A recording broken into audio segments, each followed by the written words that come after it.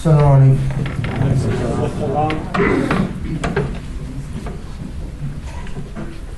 Bismillah ar-Rahman ar-Rahim.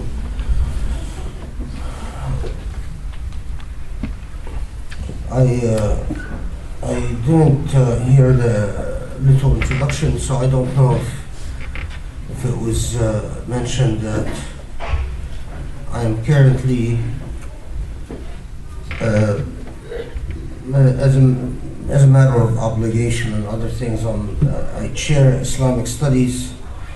I want to just, I'm the chairman of Islamic Studies at UCLA, and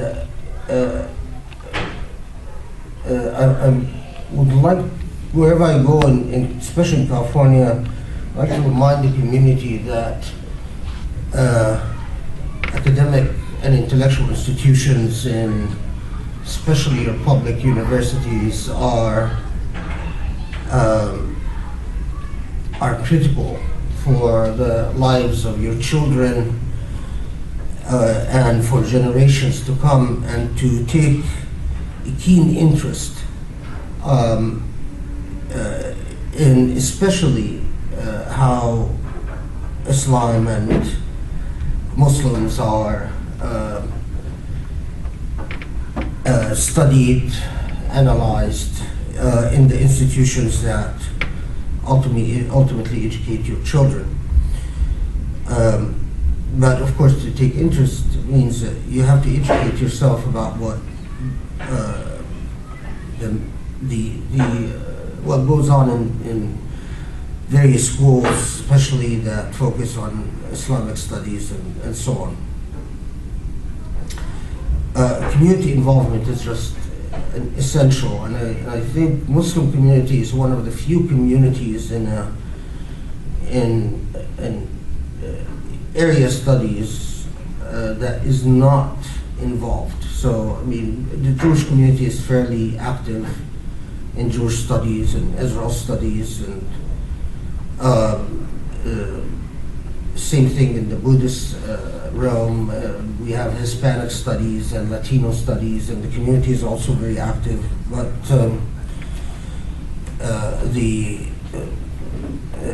not so in Islamic studies, unfortunately. Okay, well, I don't really plan to talk about the Arab Spring in Maine. The Arab Spring is and what is going on in the so-called Arab Spring in the various revolts, revolutions, uprisings going on in different countries. It's long overdue, and at the same time it presents an extremely complicated picture. Unfortunately, as in the case of many things in the Middle East, the Middle East has too many cooks working in the pot. And the minute anything happens in the Middle East, you have so many hands in the pot that what emerges is unpredictable and quite often unedible as well. But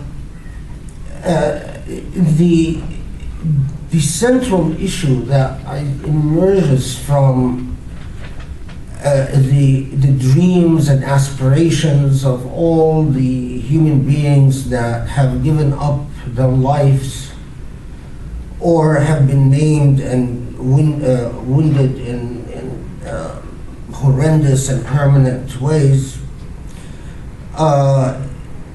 in these various revolutions, clearly signifies something that has brewing and becoming even further exasperated and intensified and escalating, at least since the age of colonialism and the post-colonial era.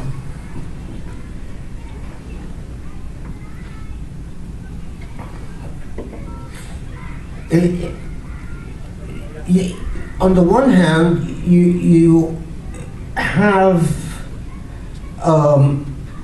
a reality of a fairly new phenomena, a territorially bounded state with an elite, a ruling elite, that is able to exercise a level of power and interference in the personal lives of human beings that were unimaginable just a few years ago. I mean, one of the things that one of the main inventions and revolutions of modernity was a revolution in communications and technology. And with communications and technology comes also control and the ability to intervene and control. I like the word synchronization.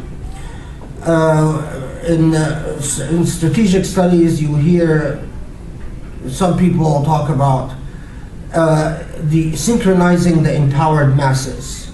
And it's an interesting expression because empowered masses, so if you get people who want to feel empowered or start thinking that they're empowered, so they start dreaming of doing certain objectives, and then synchronizing them, as the idea harkens back to some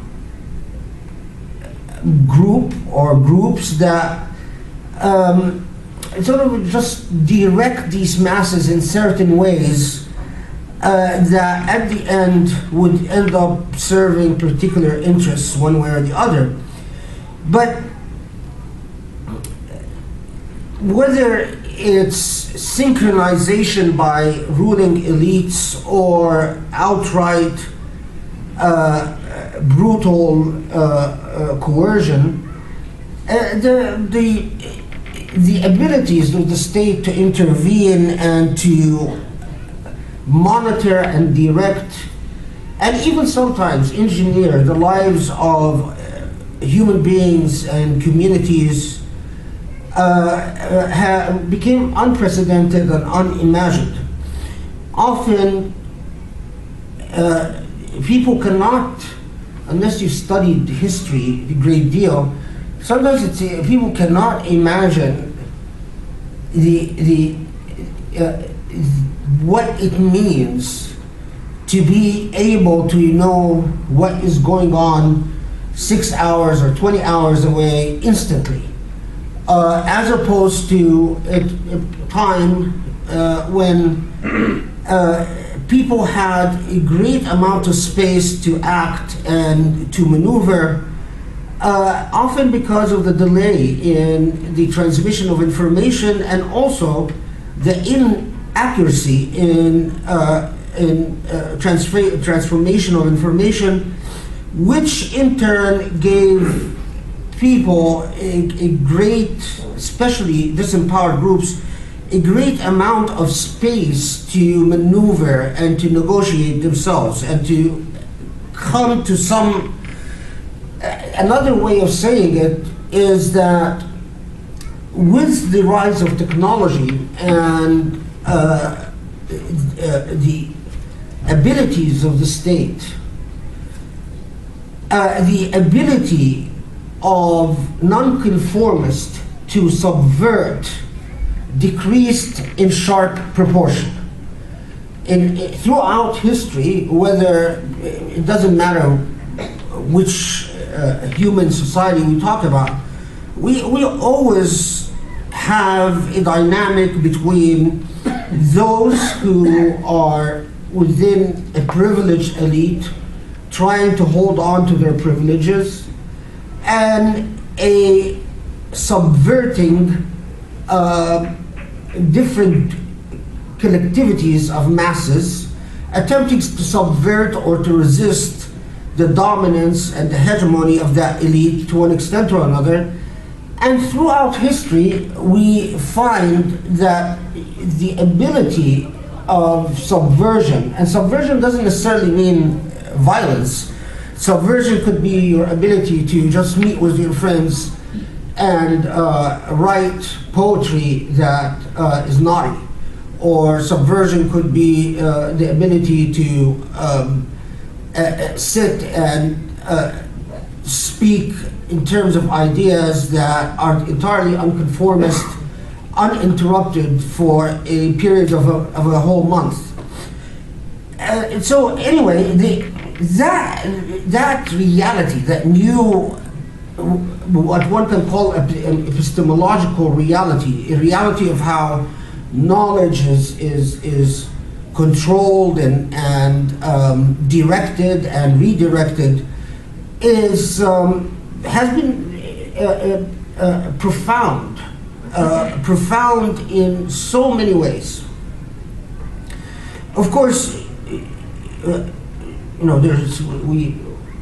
there's no way that we can even scratch the surface of how profound it has been. But just if you don't even need much historical knowledge to look around and see that for the first time, certain currencies tend to dominate in the world. The idea, for instance, of a currency such as the dollar or the euro becoming the scale for economies, that's pretty historically radical and wild, and we don't really know what ultimately all of this will lead to, as every once in a while something rocks the boat and we're reminded of. The fact that human beings, wherever you go, their building material seem to replicate each other. The same highways you see in the US, you find in Saudi Arabia, you find in Kuwait, the sort of, and that's a form of universalizing and flattening life that has become quite powerful. Now, closer to the issue of religion, for centuries, all religions, and in fact, not just religions, but all systems of belief, whether they believe in a higher being or a deity or not, but all systems of beliefs that are organized and refer to an authority, to a structure of authority, have tended to have what sociologists call rituals, and what I've broken down, and I'm not going to get into what each of these mean, but broken down into different types of rituals. I've broken down into rituals of redemption, sacrifice, vindication, and aspiration. Basic point is that these rituals that are performed by a collectivity, they perform various functions in the community, and the basic fundamental function is to allow the individual within the context of a collective existence, so the individual within the context of a community, to feel anchored and reaffirmed and purposeful. For the individual to say, yes, I know my place, I know where I fit, to have a sense of serenity about them. And these rituals are performed quite often communally, collectively, to sort of keep that important symbolism going on. Now, for most of human history, the development of rituals were directed in ways, or often even immersed in ways, that sometimes affirmed and legitimated power, but quite often subverted and defied power. So it's quite common to find, and exactly if you look at Islamic history, in the same way that you had the Umayyads establish an orthodoxy of power, you instantly find various permutations on the theme, whether sectarian or variations of sectarianism, that create a ritual that expresses a different and counter collectivity. But for the first time, the state is able to interfere in these rituals directly, to have nearly a hegemonic power of control over them if it wishes, to completely eradicate counter and subversive rituals if it wishes, with enough force if it wishes. And for the first time, we are able to keep account of all the major rituals, whether legitimating power or defying power, that are performed in the world. And I know that if you don't read a lot of history or sociology, you might say, so what? But no, that's a huge thing. It's a huge thing that we have the ability to know what Muslim group is doing what, in what area of the world, at what time. We also have that ability as to not just Islam, but to every other religion, every other sect. So in other words, it's as if we are all performing our rituals right in front of each other, and with that comes the very interesting phenomena, the phenomena of defense and apologetics, meaning the phenomena of the need to explain the rituals that one group has to other groups that can perceive it and can call attention to it. This was a revolution for religions in the world. It had effects in the science of comparative religions. We study the effects that this it's not a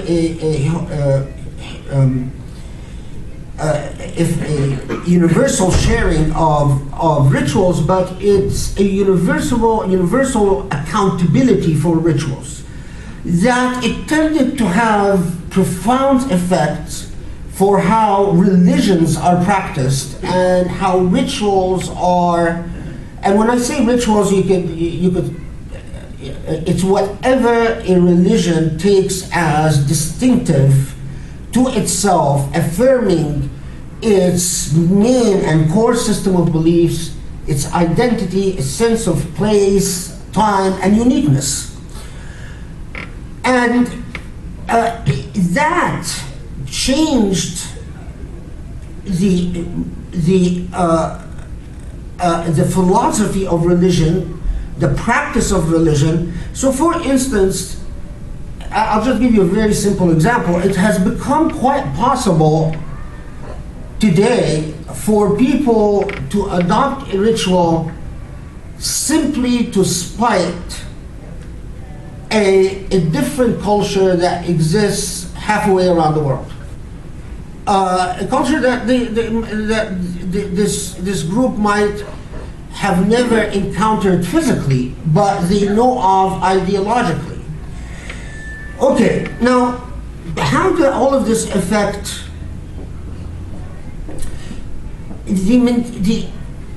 there are, one of the things, and I'm at least one of these historians who does believe colonialism had a devastating, destructive effect on most native societies, including Islamic societies. But one of the things that emerged is that societies that did not participate in the manufacturing of the new technology and the new system of meaning that was invented by this new technology, societies that simply borrowed this technology the way, for instance, I might, without ever knowing how it works, or how to manipulate it, or how to negotiate it, or how to use it for my own objectives or purposes, I might import video games into my home, but I have no ability other than to sit there with my mouth open in awe playing the video games. Now, okay, so what does that do? It defines and limits my role as a consumer enormously. It will come and shape my life in ways that I might not be able to control at all. Or take another example, someone, let's say, who brings in a computer at home, but they're so unsophisticated, they don't know how to block anything. They don't know how to prevent, they don't know the difference between a virus and not a virus. And so, anything can come onto their computer. And their children can come and watch anything on that computer. Can you imagine the revolution that falls upon their life? Now, one of the things that occurred is that the mentality of post-colonial rulers after colonialism, which continued to think as if they are leading tribal groups or closed communities, resulted in situations in which the state, whether the state endorsed a religious ritual or a secular ritual, the state put itself in the position of deciding what rituals are acceptable in society, what rituals of redemption, vindication, sacrifice, aspiration. And not before very long, in all modern societies, what starts happening is people start feeling suffocated. And they start feeling that these rituals, whether secular or religious, no longer define them as human beings. They feel alienated, not affirmed, but alienated. Now, what happens when people feel alienated? They cope until they become so despondent in their alienation that death and life become simply interchangeable. Now, what concerns me is that I hear discussions still going on about whether an Islamic State is necessary, or we need an Islamic State, or without, as if this discussion is taking place in a historical vacuum. If we think of an Islamic State as the parallel to what existed historically,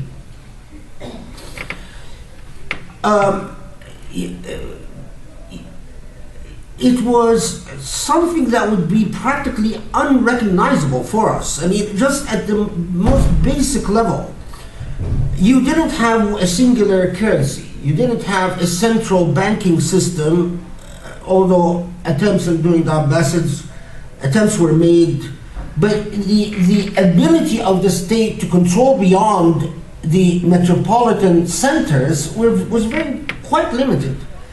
And so you hear of a scholar like Ibn Taymiyyah, for instance, who can create can be a troublemaker and can travel to Damascus and get into trouble there, and then travel to Cairo and get into trouble there, and be imprisoned in Cairo for a bit, and be imprisoned in Damascus for a bit, and constantly be able to negotiate his way out of destruction.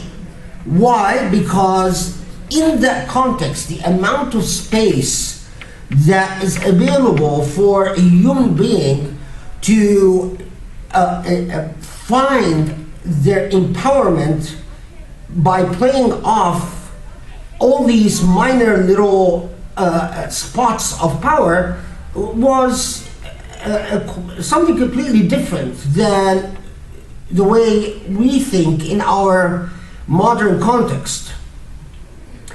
And so it is not at all surprising. I mean, one of the problems that has not been solved after colonialism, it just got worse, is that Muslims continue to be very ignorant about their tradition, even more so with the passage of time, not less so. Because, for instance, if you read descriptions of Medina and Mecca in the Umayyad period, shortly after the death of the companions, you would be some of the things that are reported in terms of art and music and poetry and so on, they would need hours and hours to talk about. I mean, if just study the life of Sakina, the granddaughter of Imam Ali, and the story of her marriage, of her proposal, those who proposed to her, and her whole. It's a saga in which our conception of the religious state, in which the state defines the rituals so meticulously, as what basically started in the late 19th century, it would shock your system. And that's why some contemporary Muslims who opened up these books and don't have any flexibility of mind, when they read this material, they say, oh, well, you know, it's proof that Islam only existed till the time of the companions. And then, but if they really wanted to be honest, even at the time of the companions, you find an enormous amount of diversity, an enormous amount of negotiated empowerment within different communities that form their own unique sense of identity. So then, this is at the same time when I hear many of the secular humanists speak, they speak as if the world order that exists now under the UN Charter, with its negotiated solution of aspirational rights, with the big boys of the block, I call it the bully model. The bullies are sitting in the Security Council and they have the power to veto and bully. They speak as if this is ultimate and final, as if it's the end of history, to use Fukuyama's nonsensical expression. Then if you go back to the basic Islamic taklif, what is it that Islam requires from us? At least in my, I'm always struck by the disciplined morality and basic uprightness of what it's as if, well, I guess for a believer, you believe it is. God anchors the human being in few simple principles that do not have to, if an individual, it does not seek to transcend his own base of humility and to control others, an individual would find remarkably anchoring and remarkably powerful to work within various epistemologies at different times and different constructions of power dynamics and power meanings. So when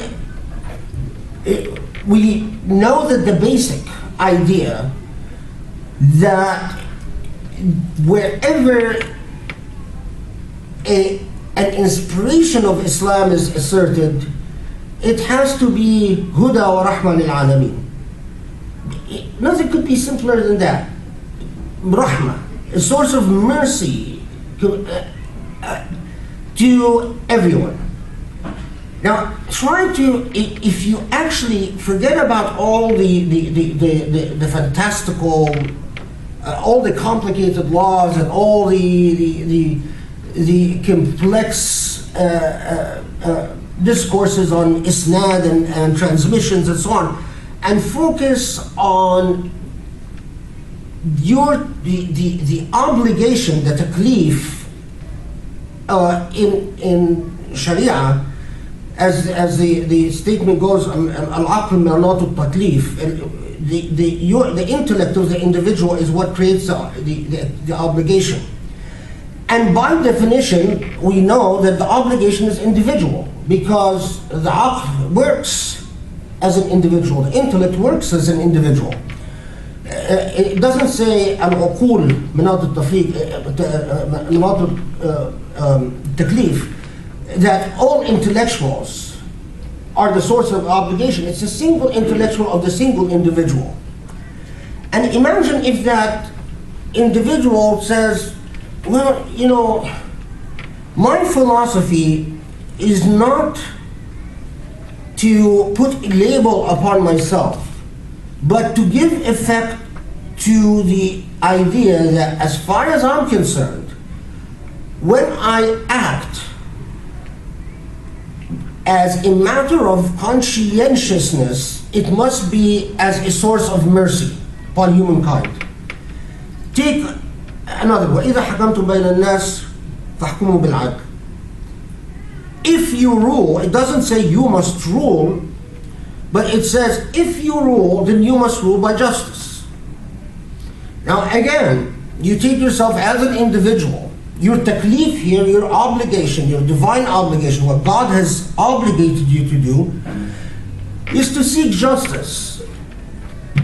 And it's unwavering that if you are in any position to influence any disposition between rights of people, it must be in justice. And then it makes it even, of course, more clear when it says كونوا شهداء لله بالقسط ولو على أنفسكم, and that you must bear witness for God in justice, even if against yourself and your friends and your family and so on.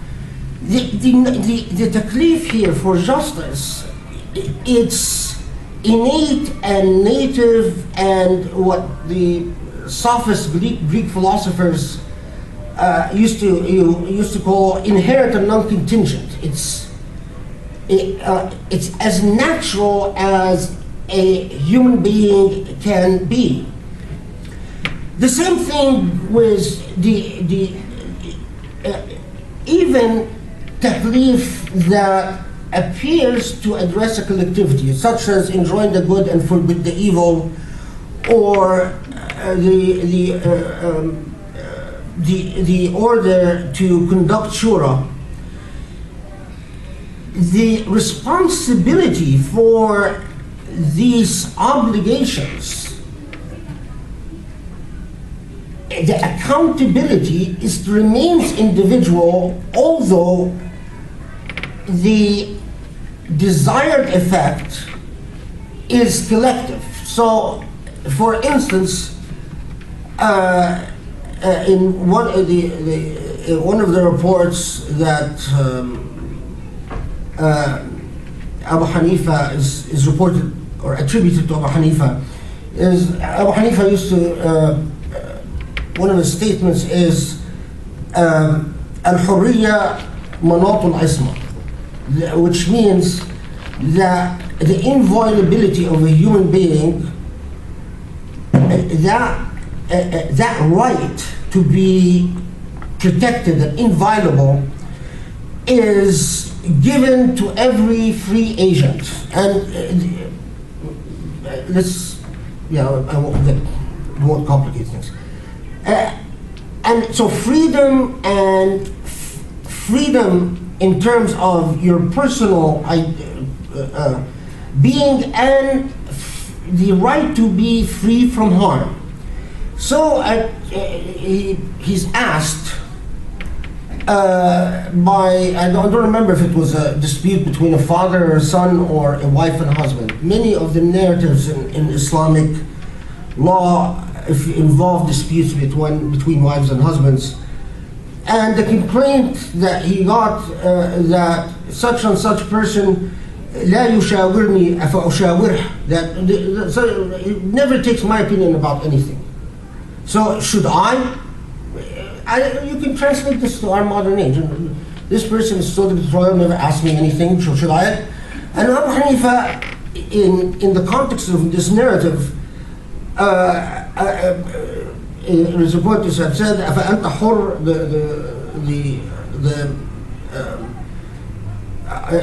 let's use the founded because it was a dispute between husband and wife. أفأنت حرة, yes, are you free? Yes, I'm free. إذن فوجب عليك التكليف. So the taklif, the obligation to conduct your affairs through consultation is upon you. فأما أنت فنجوت, أما هو فله الله. You have vindicated your obligations. As to him, leave his affairs to God. From various narratives like this, it reaffirms that as much as we human beings seek in collectivities, the desire is to define ourselves, connect ourselves with a collectivity that comforts us and that anchors us and that roots us and stabilizes us by the performance of various collective rituals.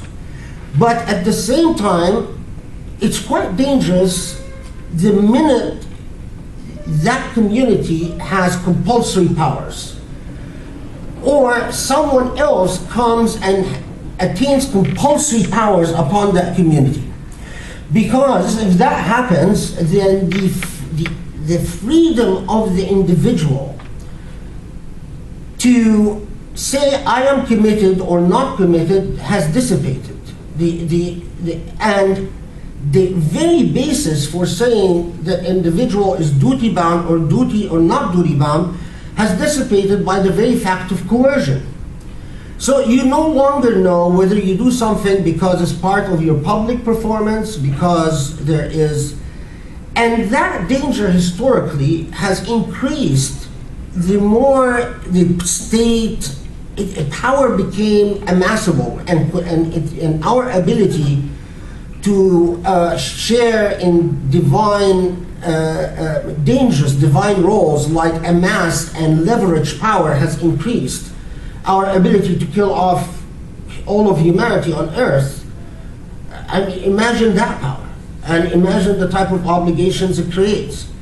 But the fact is that as a Muslim, if you are thinking of constructing any future for any state, for any country, for for anything that will affect your lives and the lives of your children, the simplest and most pristine obligations is a structure that minimizes the ability of the state to take away mahal al-taklif, to take away your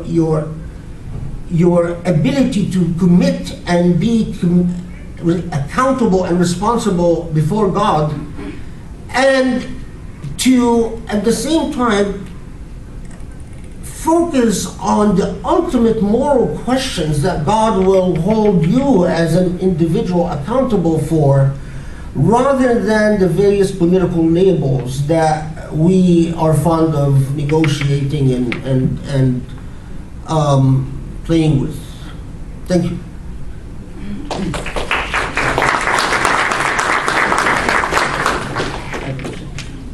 Thank you very much for a very informative, very intellectual talk. You know, today we are going through very transformational period in the world. During the time of Prophet Muhammad sallallahu alaihi wasallam, he established an Islamic State in Medina. Today, there are a lot of changes going on in the Middle East, which is going to have a tremendous effect on other parts of the world as well, particularly Southeast Asia and other Muslim countries. Now, during the rule of Islamic State of Prophet Muhammad sallallahu alaihi wasallam, the people of other faiths enjoyed their rights and responsibilities. Today, there is another term, secularism. We live in this country of United States as a secular state. India is a secular state, but it varies from country to country. Here, even as an immigrant, as Muslims, we can exercise a lot of practices and rituals.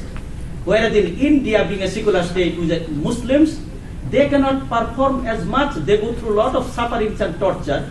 So there is a large variation of secularism. So we can cover as many points as possible. Please just answer, ask your question shortly and briefly. So, what is your question, sir? So what is your recommendation that do we go for Islamic State or we go for where minorities or people of other faiths have all the rights and responsibilities, or we go with a secular state where all religions have all of their rights and responsibilities? That's my question.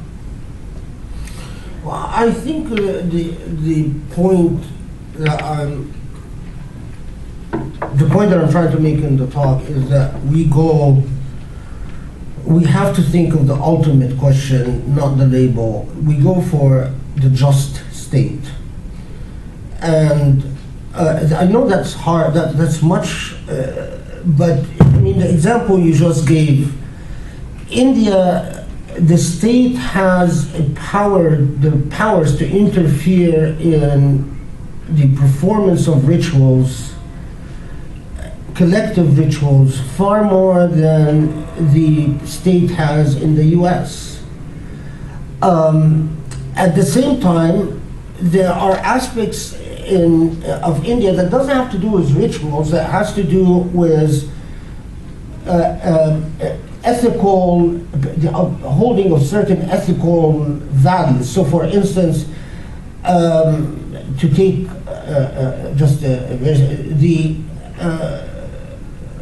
for a long time, the Indian state resisted having nudity in Indian movies. Unfortunately, that's changing. Now, the paradigm that I think of is that a state that is, let's call it secular.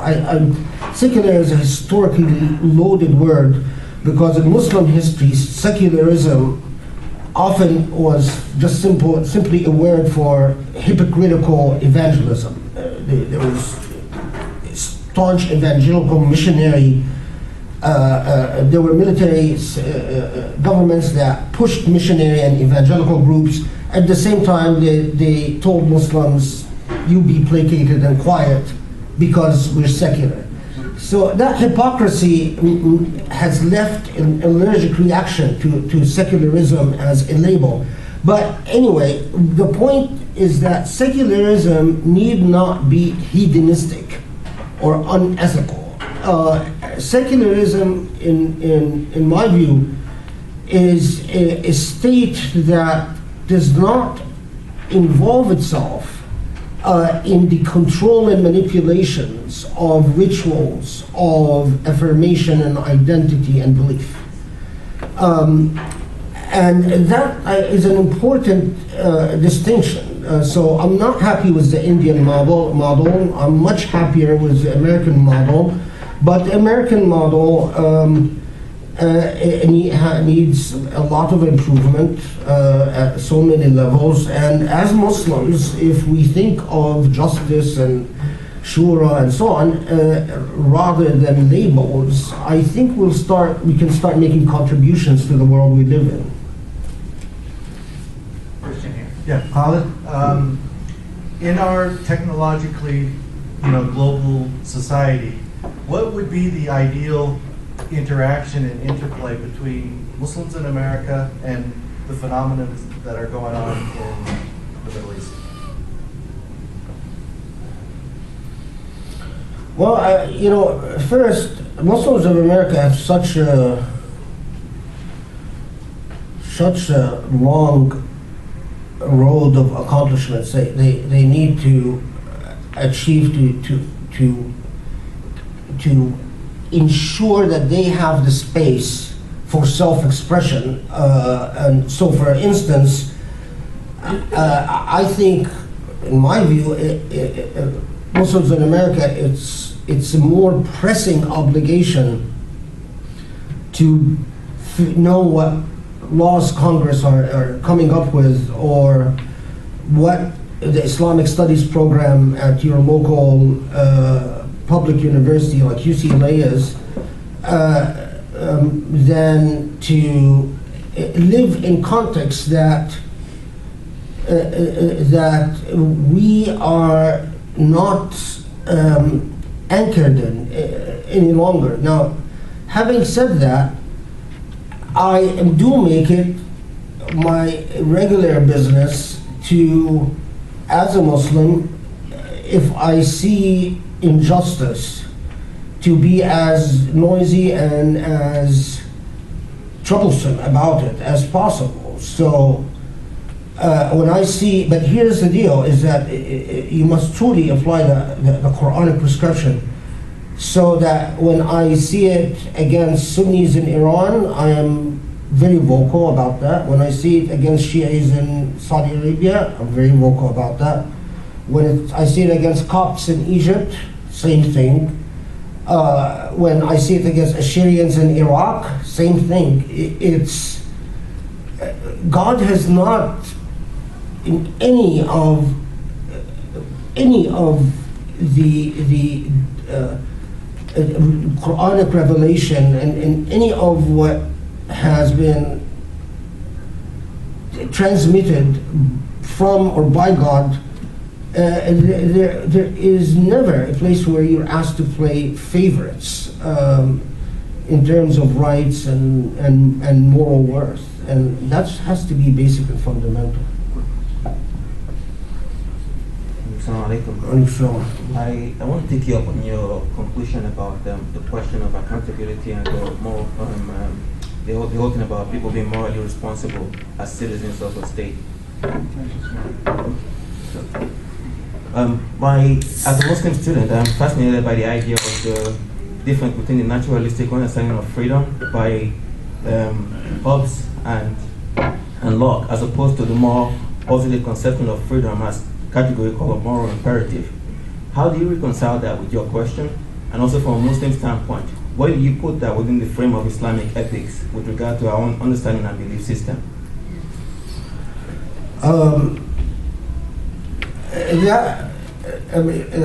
So that I don't end up answering you in a way that would get most people saying these academics just like to talk about a bunch of incoherent things. Let me say this. one, I have a seminar that I'm teaching right now, and it's a seminar on Islamic texts.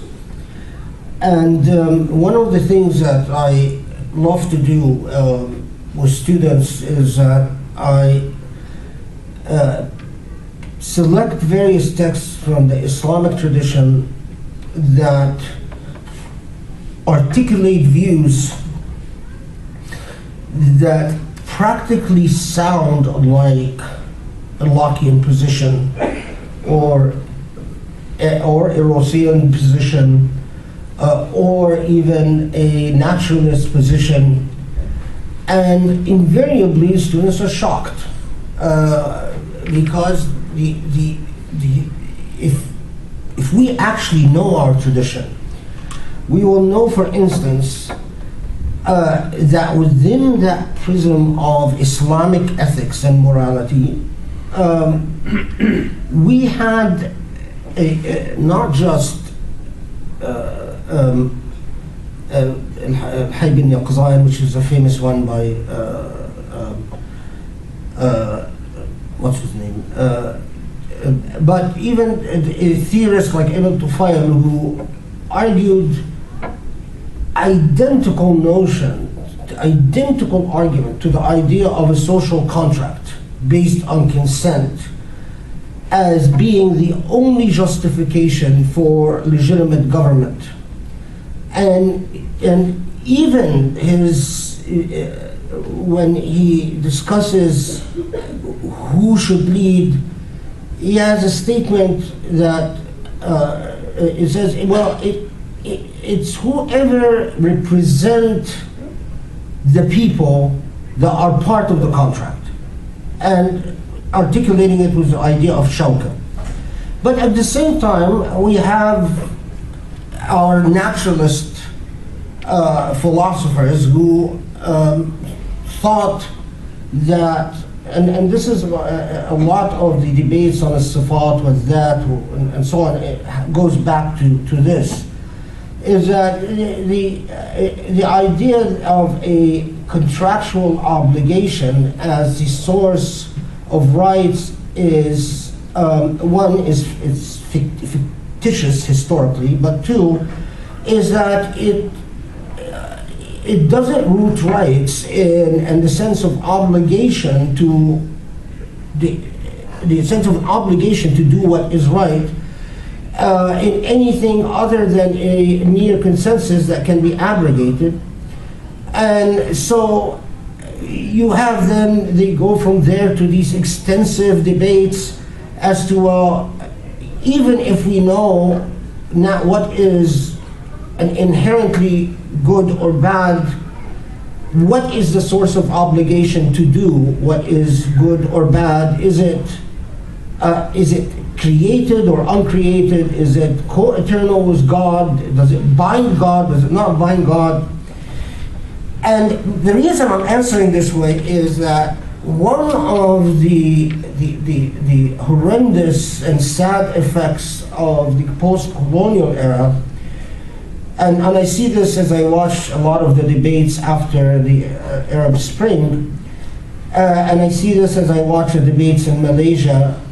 You have these camps, you know, the secular liberal Democrats, and another camp, the so-called Islamists, and both this bifurcation, this demarcation between these poles is not just false, but is remarkably superficial, because if the so-called secular liberalists knew more about their own Islamic tradition, and if the so-called Islamists knew more about their Islamic tradition, their positions, their imagined notions of Islamicity and counter-Islamicity would be thoroughly challenged and would have to be thoroughly renegotiated and restructured. And so the saddest thing is I mean, of course, what comes to mind is the donkey-carrying books. Modern Muslims debate a lot about the Islamic label without giving any thought to what systematically defines the Islamic label, even if one, as the so-called Quranists like to do, they say, oh, well, we just use the Quran and nothing else. But it's completely oblivious in their mind that without history, we'd have to come to a very unusual definition of the Quran. I don't think a definition that any Muslim in the contemporary age is willing to. So there is a great deal of critical thought and a great deal of learning before we reinvent the wheel. A great deal of learning that we can benefit from before I would be comfortable picking sides between someone who's a naturalist like Ibn Rushd versus someone who's a social contract theorist like Ibn Tufayl. And both of them, by the way, you reminded me. There's a book that just came out recently. It's called the Islamic Influence on the British Enlightenment. And the reason I mentioned that book is that it discusses how these Islamic theorists got translated into Latin and then became core to the whole construction of Enlightenment thought that then exploded in Europe. And it's a very interesting book. I think you'll find it fascinating. Last question, and thank you very much. I think I see. Peace be on you. Is there anywhere in the Quran the God is asking or instructing the believers to form an Islamic government? Well, I mean, the answer you usually get is وَمَنْ لَمْ يَحْكُمْ بِمَا أَنزَلَ اللَّهُ, that those who do not rule by what God has decreed. But and usually the idea of the Islamic government, the assertion, the claim of an Islamic government, it comes from the notion of following the sunnah of the Prophet, that the Prophet leads by example. But if you're skeptical about, well, I would share that skepticism that when the Quran says governed by what God has decreed, we really need to think about the nature of the taklif here, the nature of the obligation here, and whether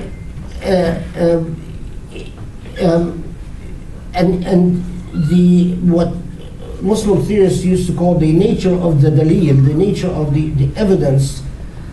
And also, while I do not believe that the state or the polity that the Prophet created in Medina was a historical accident, I don't believe that it was irrelevant to his revelation, but I also don't believe that just because it was part of his revelation that it means it translates into a creation of a theocratic state where people pretend to assume the role of the Prophet, because that issue was settled 1400 years ago when Muslims decided that no human being can play the role of the Prophet, the recipient of direct revelation or any form of revelation.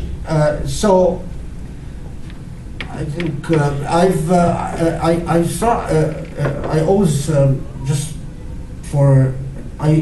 I saw at the hand of a woman, and can we end with a question by a woman? Sure. You take your pick. That's the hand I saw. All right, Jahan. I'm sorry, I I will just conscientious of time, but I would like this to continue maybe for. I'll answer very, yeah, but Well, just. thank you. This was very relevant as well to my question. I didn't understand the correlation between freedom, responsibility, and justice. Is there a correlation between the two? Because usually, I mean, as the social norms, when you take responsibility, you give up your personal freedom. So how are these correlated? If at all, I didn't understand your explanation of that in the context of family life. Well, I mean, I don't, the balance between individual freedom and responsibility is,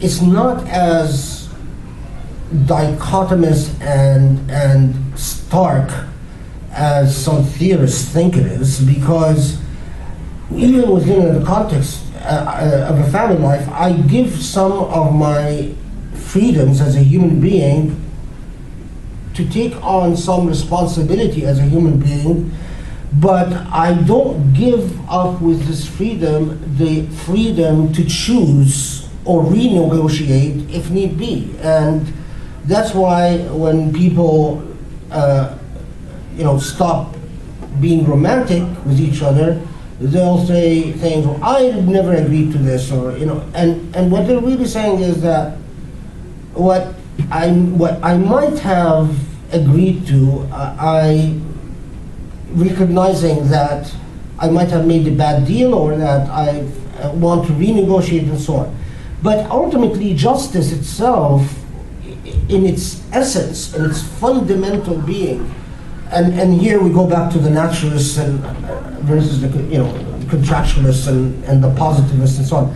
But at least in my view, justice is a process of balancing out between the complex matrix of claimed freedoms and claimed and accepted responsibilities.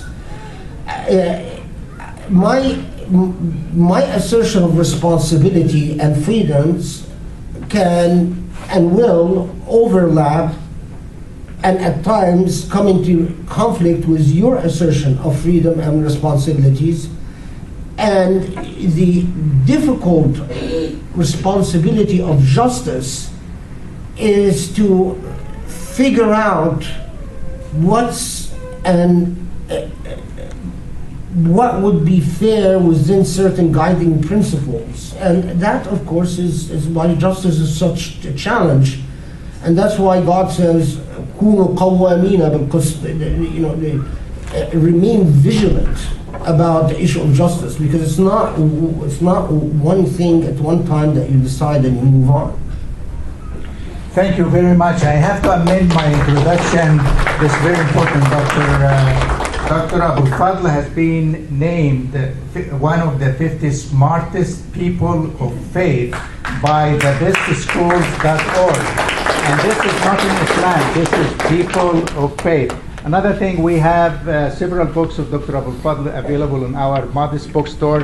I highly recommend this one. If you see my copy, it's all highlighted and scratched like a student in high school. And remember, next week we have really a monumental series by Dr. Maher Hathout, Sirat and the Legacy of Prophet Muhammad, peace be upon him. It's a 4-part series. It's starting next week for 4 consecutive weeks. Please don't miss it. Tell your friend and join us next week, inshallah. Assalamu alaikum, and thank you very, very much.